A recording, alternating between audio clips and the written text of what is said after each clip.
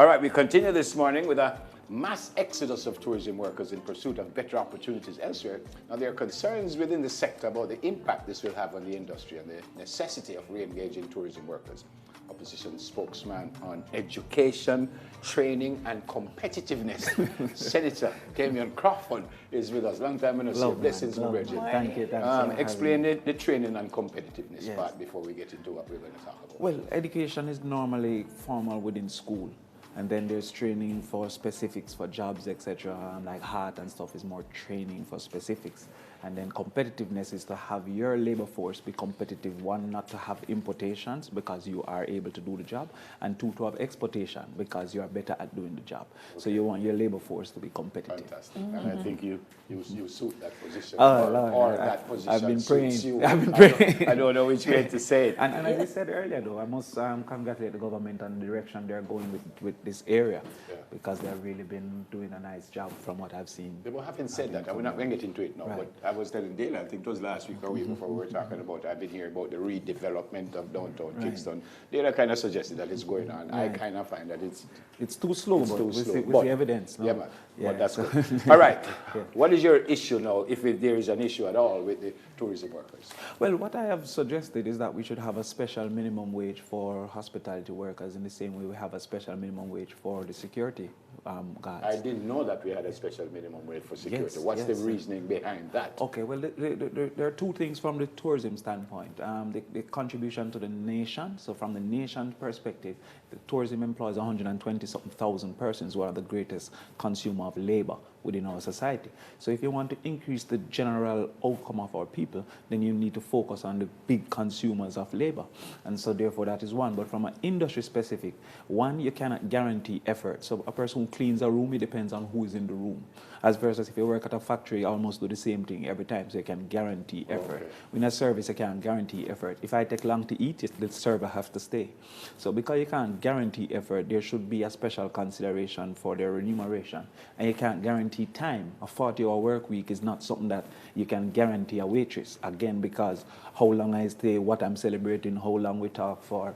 And so therefore we believe that because one, it is a high consumer of labor, two, because there's no guarantee of their effort, that if we're going to increase the necessary circumstance of our people, we should have a special minimum wage. Yeah, and one of the things we were talking about the nurses, our nurses are great. Right. So everybody keep asking for the nurses. It's the same thing for our tourism workers. Right. The cruise ships want them.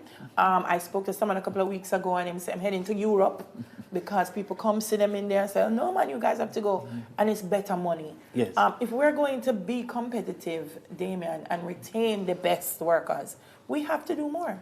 We have to do more. And you have captured, first of all, what competitiveness is, because as I say, our nurses are globally competitive and they want them. And the more we train, is the more we're going to get. As well, they're going to find that our teachers are globally competitive. So the more we can get more of our people, our carpenters, our masons globally competitive, is the more opportunities. But there's a long-run cost curve. Over time, cost goes down as experience increase. And if we continue to lose experience, we're going to lose the benefit of time. Right. And so you're going to find that our industry are going to be less effective, less efficient if all the best people keep leaving. And that happens too with the police force. We train them with all the investments, and as soon as they get to understand the job, understand the investigation systems, understand the communities, they go to better, greener pastures. And so the tourism industry have a benefit in retaining our people. And because the growth potential is so low, is only remuneration in salary that really is the benefit for being in the hotel, because it have a flat pyramid, meaning very few managers and a lot of workers. And so therefore they don't stay for the promotion. They move on for the salary. And so we are losing our best people. Forgive my ignorance, Senator, but there's a minimum wage. $1 for the week. Right. But I don't have to pay that. I mean, if somebody works for me, and I know the minimum wage, and it's $1 for the week, but I can give them $5. Right. But so you can. Right. So why you reach the minimum wage, the tourism workers? Okay. Are they not supposed to be getting more than that? They should be, but the natural reality of life is that a business wants to maximize profit. And in maximizing profit is the maximum revenue, minimum cost. Labor cost is about 50% of the hotel cost. And so the hotel would want to minimize that by natural design because of what a business is, and he's competing on cost as well with other persons. So a man out of the goodness of his heart couldn't increase his cost by 40% because he can't sell it at 40% higher. And so government has come in now to say, okay, to ensure that the man is not uncompetitive because he's kind, we're going to make those who are unkind have to equal or come in consideration with him as well.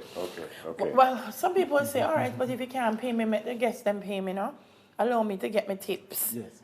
What are the pros and cons of that? Okay, well, we are giving up about $30 billion in tips if you look at research in Jamaica. Giving up? Yes, because the research suggests that a person coming to a country is likely to give $5 per day in tips. And so we're looking at, throughout the tourism experience, at the room, etc., $20 per day. And so $100 for 2,000 per 2 million people, 2 million stopover. We're looking at 20 million USD or 30 billion. What's the reason they don't want it? Because a lot of hotels don't allow it. And one of the reasons for that is indiscipline has always been an excuse for ill treatment. Some persons will start demanding tips, some persons will ignore those who are not giving tips, and so to stop the three bad people, the hotel then kill all 100 good people. So if I serve you, you're not giving me no tip. Right, we don't better serve you again. And because they don't have automatic assigned tables, etc., as they would in a restaurant, in a hotel, then a man say, oh, you want to play volleyball and you not tip? We don't play no volleyball until the tips starts come out. So, but that is not the norm. That is really the few. It is not the norm to not give to not give service for tips. The people who are in discipline are not the majority. However, because of that indiscipline, the hotels are wary of it. But can you imagine, as I said, $30 billion coming within the economy, and the American culture is to tip, and our all-inclusive reality calls for persons to be willing because they don't have no other expense. So they did a research about 7 years ago that people are leaving Jamaica with almost $300 they intended to spend. Wow. So therefore, if we can find ways with our craft, with our entertainment, with our tipping systems, forget all that $300 from 2 million people, we would be doing much better. So tipping is something that we need to research more. Yeah. Well, the pandemic gave us a little knock there. Yes. It showed us that we can't depend totally on tourism, because of the tourism dependence on other people's reality, not just our reality. So even when they had the meltdown financially in the United States, Jamaica suffered. When they had the plane crash in 2001, September 11, Jamaica suffered. So the dependence on it is going to be, we have to diversify our economy. But the superstructure we have invested in, the hotels that we have invested in, etc., suggests it is here to stay. We just have to have alternatives to tourism as a contributor. Wow.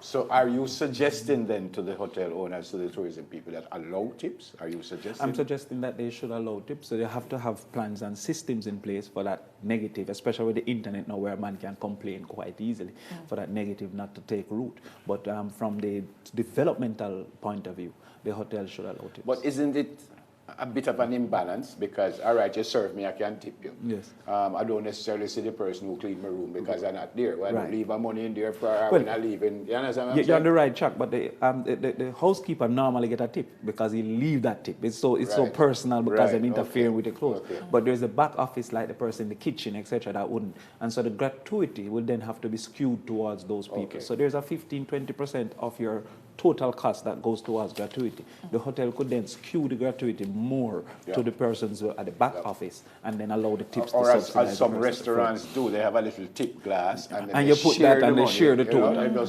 serve them or not, you leave it, just put in our money, and at the end of the day, them just share it with everybody. And some now have gone into percentage. So the gratuity exists as that. 15% of your total cost is a gratuity, but everybody get the same amount. It would then become unfair if the front people are getting both tips and gratuity of equal value. So you could always skew it 60-40 or whatever to the back office. Always so. Kevin Davis, I bet in my money on you. I wonder how much money I've never... To make the team. Oh, to make the team. Okay, all right. To make the team. Because I say, okay. That would be high stakes. And by the way, again, it starts today at the National Stadium. It starts at 3:30 right here on TVJ. And it's both junior and senior child. So thanks to the Senator for reminding Thought he us. was yoking us around. Opposition spokesman on education, training, and competitiveness. His name is Senator Damion Crawford. Never too cantankerous this man. But I like when him cantankerous. Look like he might get old. Or older. Just at the moment. All right, guys.